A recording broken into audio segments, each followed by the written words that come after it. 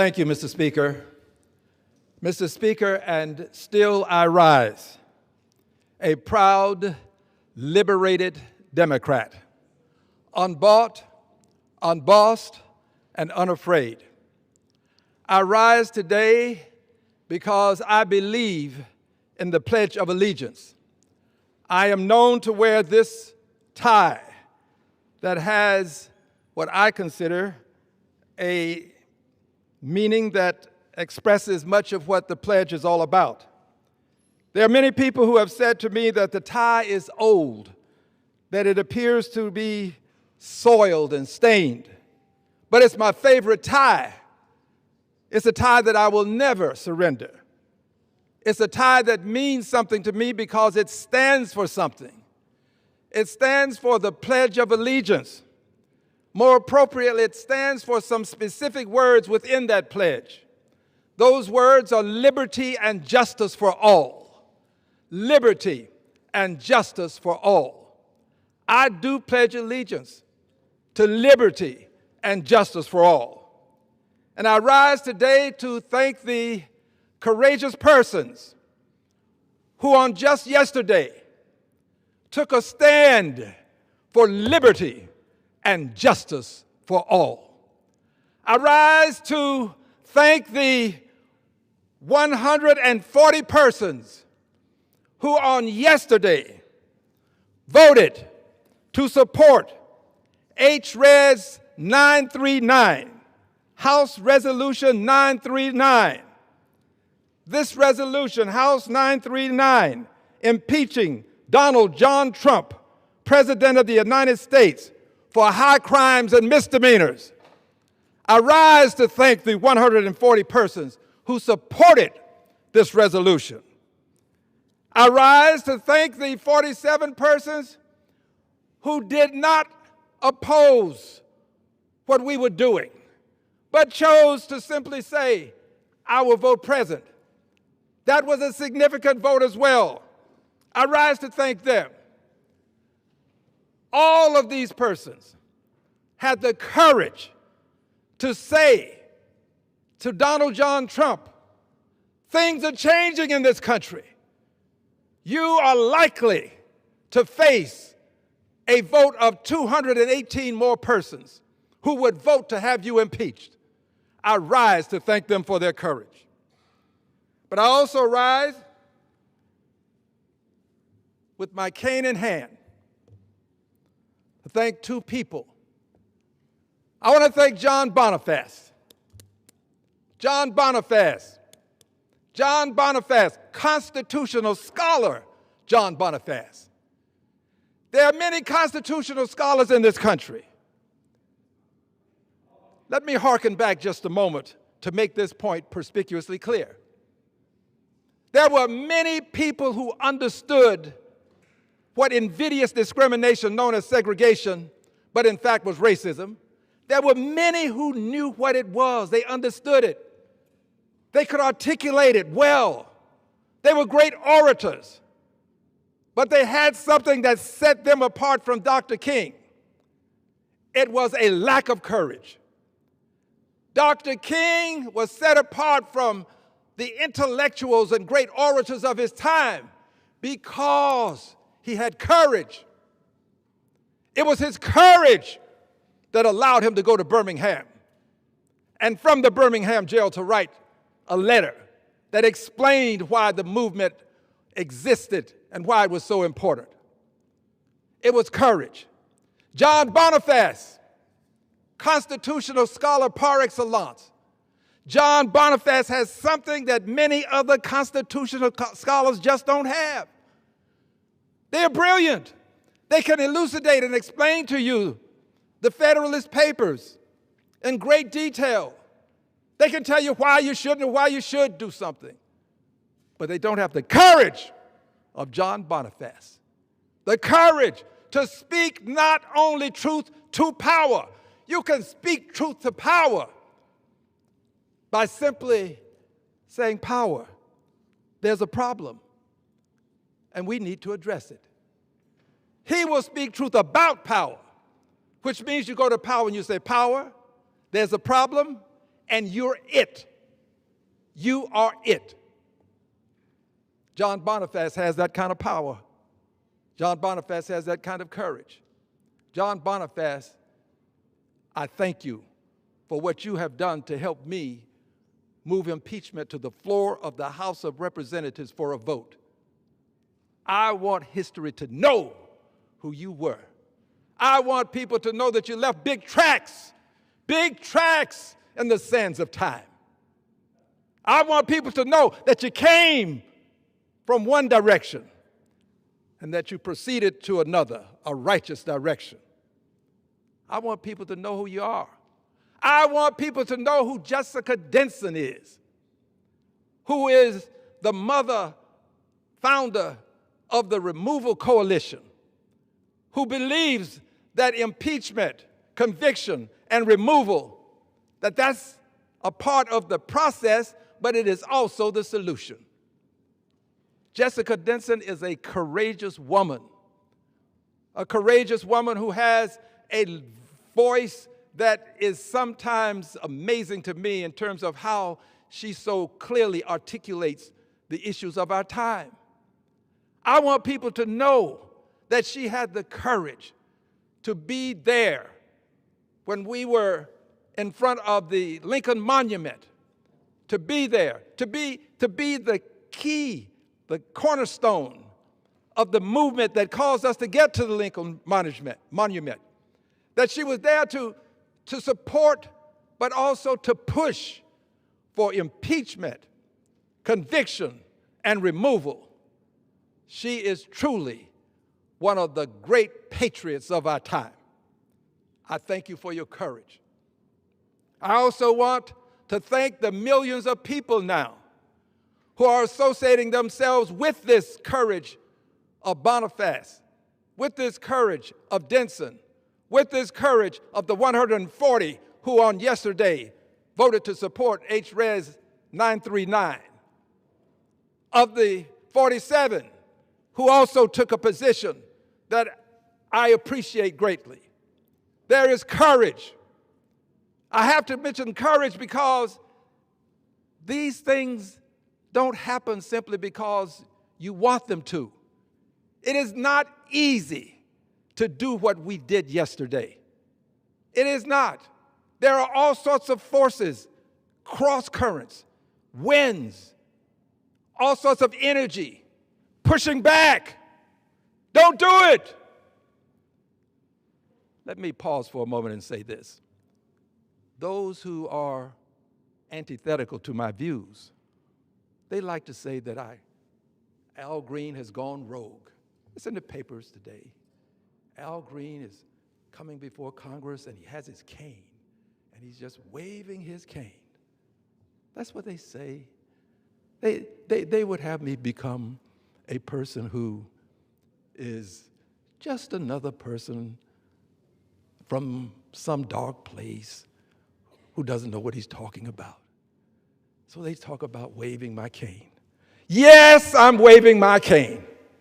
And I'm pointing it straight at all of you who are antithetical to righteousness, antithetical to what we did yesterday in bringing these articles to a vote. I'm pointing my cane at you. I'm pointing at those people who are a part of the news media, who will bring me up and say things about me, but won't allow me to respond to them. You know who you are. But as I was saying, I want people to know about this courage and the pushback and the antithetical forces. I want people to know about it. And I want people to know that I understand what happened yesterday. It was comparable to what happened at the Edmund Pettus Bridge. Yesterday was a seminal moment in time. It was comparable to what happened. It was comparable to what happened when John Lewis explained it to me. What many people never discuss is the fact that there were many people who thought that you shouldn't go to the Edmund Pettus Bridge. It's too dangerous. If you go to the Edmund Pettus Bridge, you could be hurt. You know what the constabulary will do. There were people who warned them, admonished them, pleaded with some of them, saying, those people will hurt you. These people are inspired by hate. There's some evil people among them. It was courage, however, that said, go on to the Edmund Pettus Bridge. Go on to the Edmund Pettus Bridge. Not only did they go, but when they reached that crest, they could see a point where the constabulary was there, some on horseback. And they knew at that point that some of those people who admonished them were right. But they marched on. They did not allow fear to prevent them from doing a righteous thing, even when they knew the consequences could be harmful. I keep saying it, and I'll say it until I make my transition. John Lewis told me that he thought he was going to die on that bridge. But he marched on. Yesterday, in spite of a lot of admonitions, people marched on. People marched on and they took a courageous vote. A vote that is going to be marked as a seminal moment in time. A vote that will have an impact on the rest of time. Because it sent a message to a reckless, ruthless, lawless president, indicating that your time in office as a reckless, ruthless, lawless president, that time, your days are numbered. No one wants to see you harmed physically. That's not the case. But there are people who do not believe that you should serve out this term of office given your behavior in office. There are people who believe that you ought to be impeached, you ought to be convicted, and you ought to be removed. I am one of the people. I am one of the people. We, the people of the removal movement, believe that you, sir, should be an example of what a righteous government will do when a person who would subvert the Constitution has slithered his way into office. You, sir, should be the example. You, sir, by your behavior, by your actions, by your words, by your deeds, you, sir, should not hold the title President of the United States of America. And you should be removed. I know that there are some who would want to wait. Well, he'll leave office in a couple of years. And after he leaves office in a couple of years, we'll get back to our normal lives. Not the case. This man is having a long-term impact on American society. Not the case. There are others who want to mimic him. There are many Trumps. Not many in terms of numbers, although I could argue that there are large numbers. But there are many in terms of being smaller now who would like to enlarge their persona, enlarge their image, enlarge their reach, enlarge their power. Many Trumps who want to be another Donald Trump. They're out there. And we need to do something to let people know that when you behave as he has behaved, justice will be served.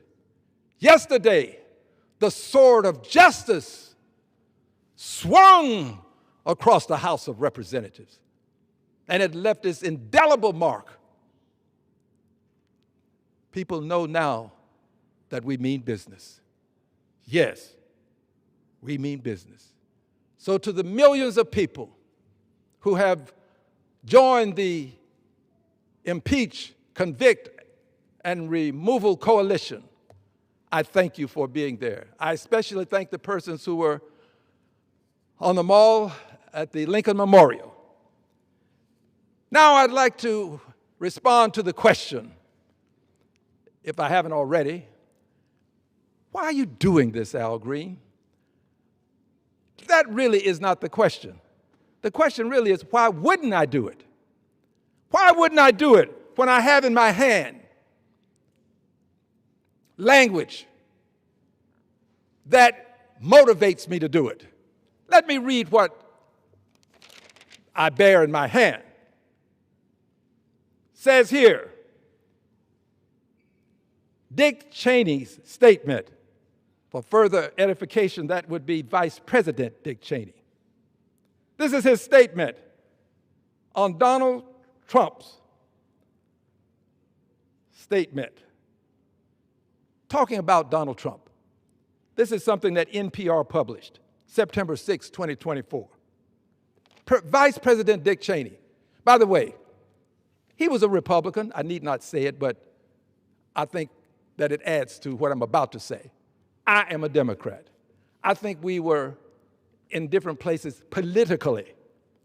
But when it comes to the country, we're in the same place. We were in the same place then, we're in the same place now. And here is what he said. In our nation's 248-year history, there has never been an individual who is a greater threat to American democracy. Correction. A greater threat to our republic than Donald Trump. Let me repeat it. In our nation's 248-year history, there has never been an individual who is a greater threat to our republic than Donald Trump. But then he goes on to inspire. To inspire. Because he says, as citizens, we each have a duty. I would add the word responsibility. We each have a duty to put our country above partisanship. Put our country above partisanship to defend our Constitution. Put our country above partisanship and defend our Constitution. Though those words inspire me, I believe that he is right. We have to put country above partisanship. We got to defend the Constitution. That means defend liberty and justice for all, not in the Constitution, but it is symbolic of what the Constitution represents. It means defend your Fifth Amendment rights, right to due process, 14th Amendment also. Defend your right to free speech. Defend your right to say that members of the military don't have to follow illegal orders. In fact, must not follow illegal orders. That's what he's talking about. That's the Constitution. That's what comes out of the Constitution, although it may not be explicated with this kind of specificity within the Constitution. But that's it. You got a right to say. Don't follow illegal orders. That's a mandate. It's not something that's optional. You got a right to say it. And you got a right to say it without having someone indicate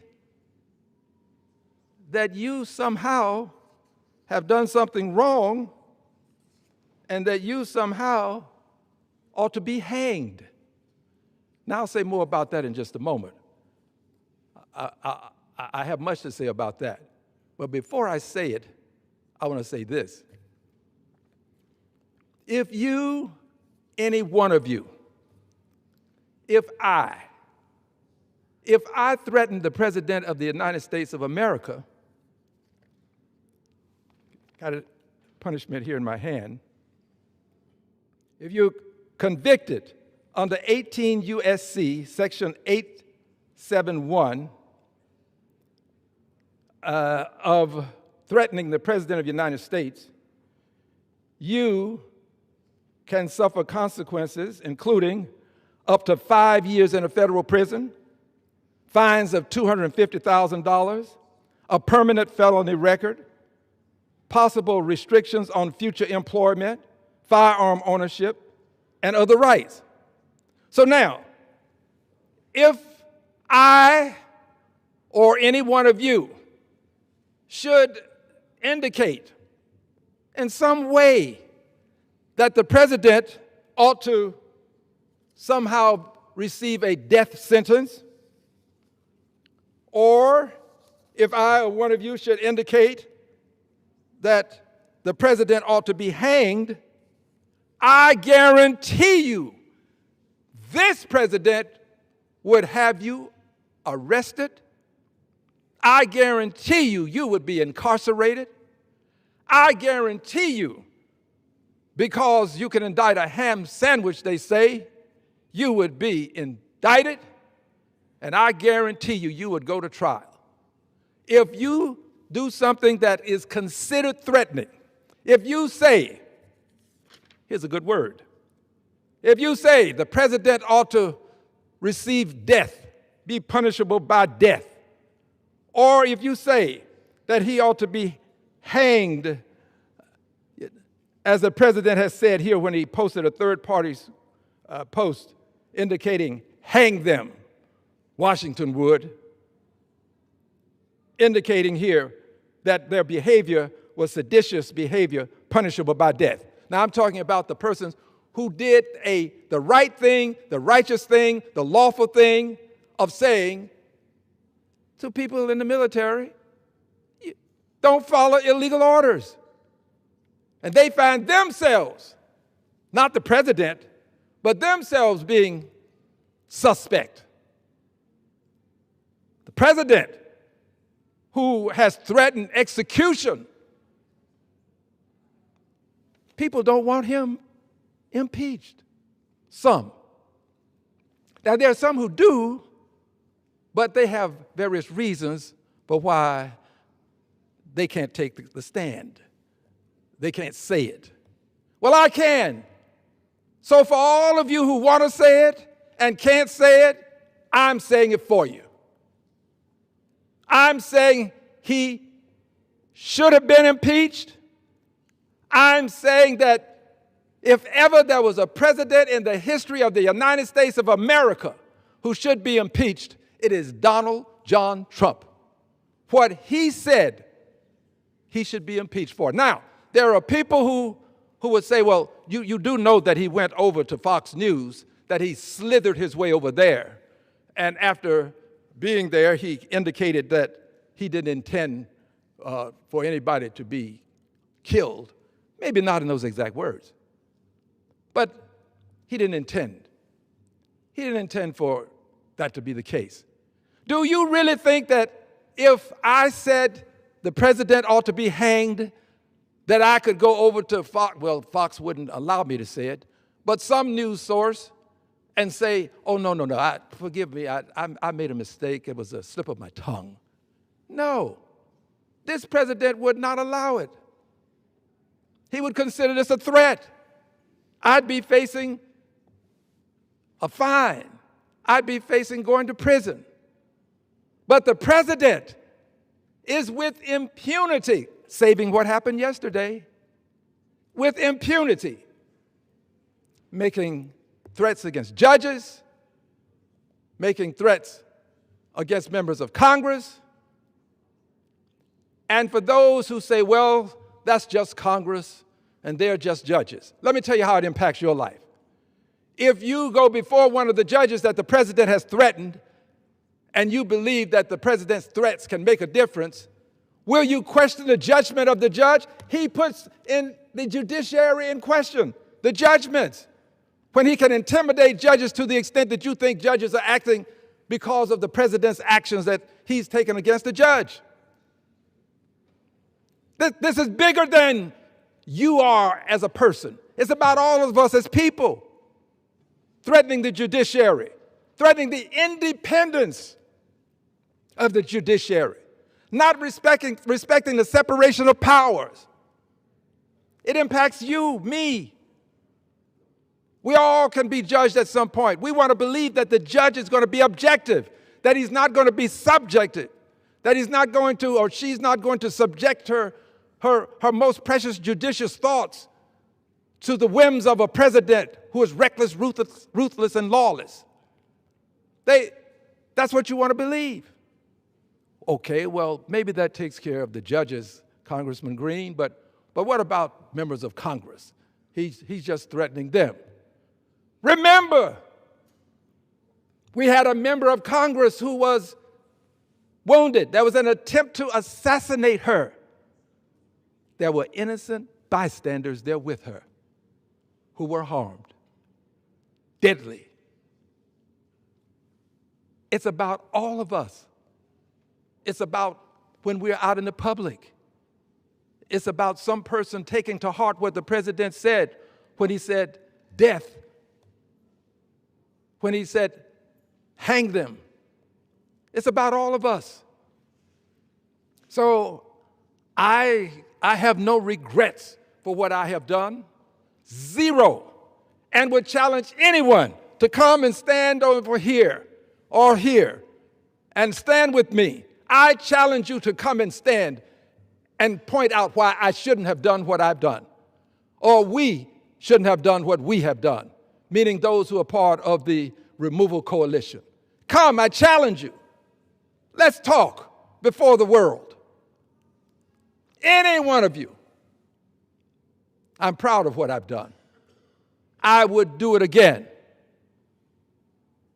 I want you to know that in doing this, we are putting the country above some people. We are. Because it's the country that contains all of the people. All of the people are more important than some 1 or 2, 10 people maybe 23. More important than 23 people. It's the country we're trying to save. Well, how do you save the country without having control of the House of Representatives, Al? By showing the country that what is happening to this country is going to cause us to dissolve into something that we have been fighting. We're already at the point of having a person who is maybe less than a dictator, but an authoritarian. We're getting close.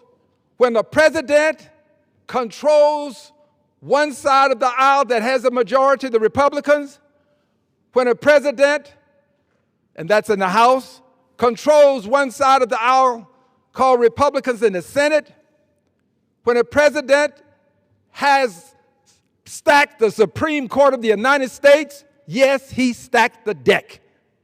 When he stacked the Supreme Court and he's get rulings that people never thought the Supreme Court would render, all that's left is impeachment.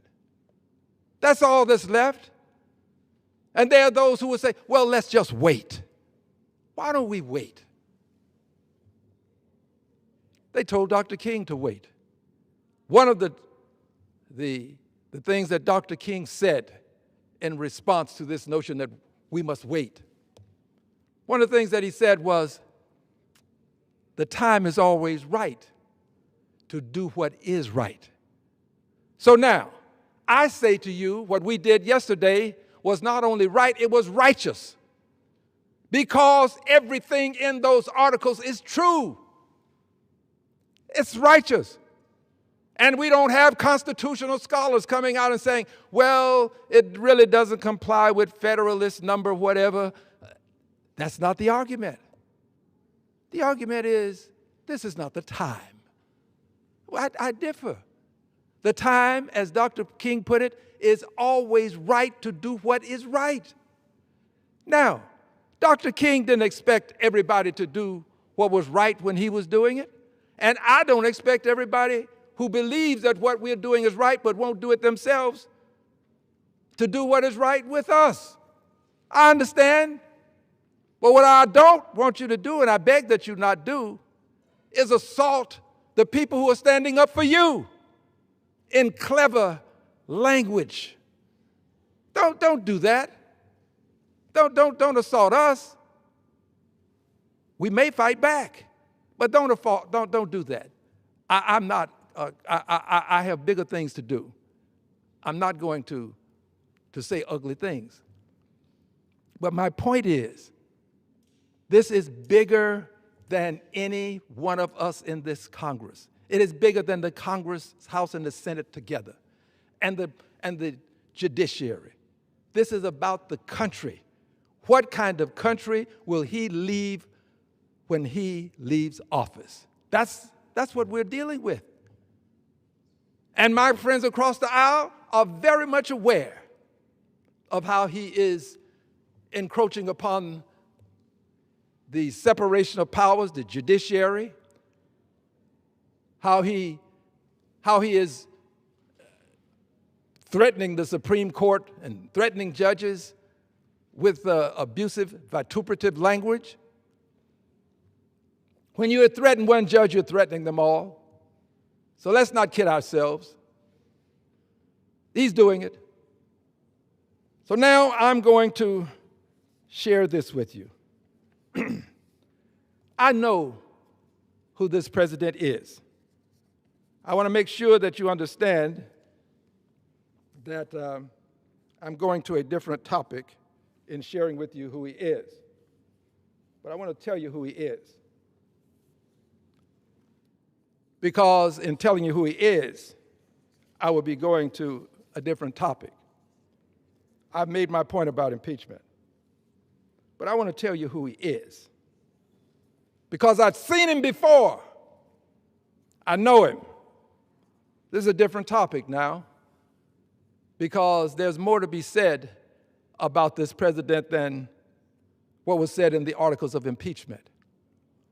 And I want to say that more that has to be said at this time about who he is that wasn't in the articles of impeachment. And to say that, I'm going to move to another podium. I want to move to another podium. So give me just a moment as I move to another podium.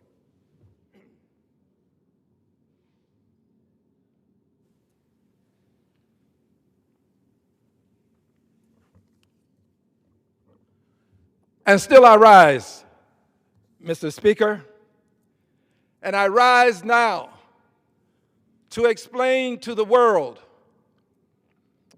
who Donald John Trump is. I've seen him before. I've seen his cousins. I've seen his relatives. I'm going to tell you who he is. I saw him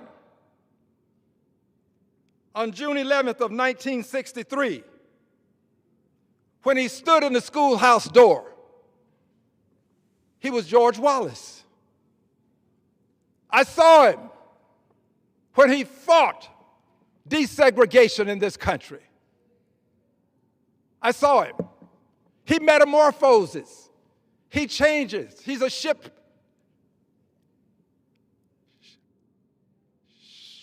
shaker, changes his makeup, his appearance.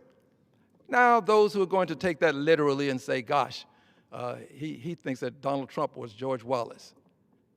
But there are other people who understand that I'm saying George Washington was a forerunner of Donald Trump. So I saw him. I know who he is. He wasn't Washington, but he's, in a sense, his cousin. He was George Washington's cousin. He's a relative. Not because of ethnicity, not because of race, but because of behavior. Relative in terms of they're related in terms of their behavior. I know who he is. I saw him in 1964 when he was Lester Maddox, and he had an axe handle. And he used his axe handle to threaten people of color. I saw him with that axe handle when he wouldn't allow black people into his restaurant. I know who he is. I saw his cousin, Milton Friedman, Nobel laureate, when after the Brown versus the Board of Education decision was rendered, he went public and said, let's use vouchers to maintain segregation. That's another way of saying, let's use vouchers to maintain racism, because that's what segregation was. It was racism. I know who he is because I've read about him and what he did on May 18th of 1869 in Plessy versus Ferguson, the case that allowed invidious discrimination to bloom and blossom and permeate society. I know who he is. Some of you don't know. You've not had a chance to review his history as I have. I know his cousins. I know his relatives. I know who he is because I've read about what his relatives did on March 6th of 1857 in Dred Scott versus Sanford, when they concluded, this Chief Justice, that a black person had no rights that a white person had to respect. I know who he is. I know the people that were there before him to pave the way for him to do what he's doing now. I know him. And because I know him, I have to fight him. I know what he did in my lifetime. He didn't have a personal hand in what happened. But when I say he did, I'm talking about the people that have made it possible for him to do what he's doing now. So let's just say I know what they did, so that Fox News and some of the many others who are antithetical to hearing the truth, maybe they won't obliterate the truth to the extent that they're perfectly capable of doing. But here's what I know. I know what happened in my lifetime when I had to go to the back door to get my food. I remember when I had to drink from a filthy colored water fountain, when there was a pristine white water fountain right next to me. I know. I lived it. I remember how I had to sit in the back of the bus. And if there weren't enough seats for Anglos, we called them white people. I don't like the term. But when there weren't enough seats for Anglos, then I had to move. I know what's going on. I see it. Well, you're saying no, that's not happening right now. No, but we're headed in that direction. We're headed in that direction. I don't want to return to that past where I was a suspect simply because of the color of my skin. I was a suspect. We are now at a point in this country, to tie this together, where there are people who are suspect because of the way they look, just as I was a suspect because of the way I looked. If you are Latino in the United States of America, given the behavior of the king's men, that would be President Trump, given the behavior of the king's men, you are suspect. You are suspect. And the king's men can show up with a mask, faces covered, collect you. That's a very kind way of saying it.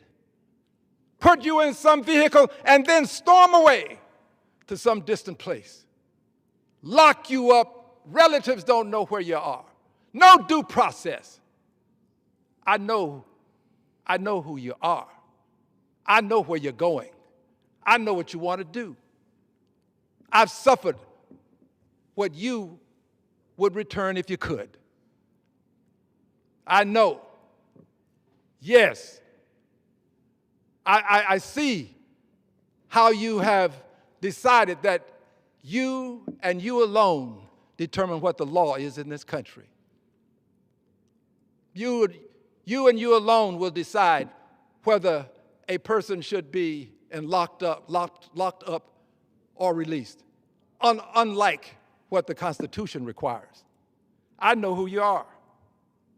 I understand that there's an attempt to roll back the clock. People of color are becoming suspect in this country. Now, you can be African American, you can be Asian, you can be Latino, but we're moving toward your being suspect. But there are people of goodwill of all colors who are going to fight this. I pray that we will succeed. Good people of goodwill who are white, who are standing with us. But it's easy to see, if you care to look, at how the president has now said, yes, I said they were S-hole countries. Yes, I said it. How the president is now saying, in South Africa, there's genocide. We'll bring in the white South Africans. But if you're from one of the 19 countries, actually it's 18, that are predominated by people of color, we're going to put a hold on you. Look, there is no one so blind as he who won't see, not he who can't, but he who chooses not to see. I know who he is. I know what he's done to lay the foundation, not him personally, but the many who came before him and who know how to use hate as a weapon to change society. And that's what he's doing. He's using hate. He's using beneficial bigotry. How does beneficial bigotry work, Al Green? Well, here's how it works.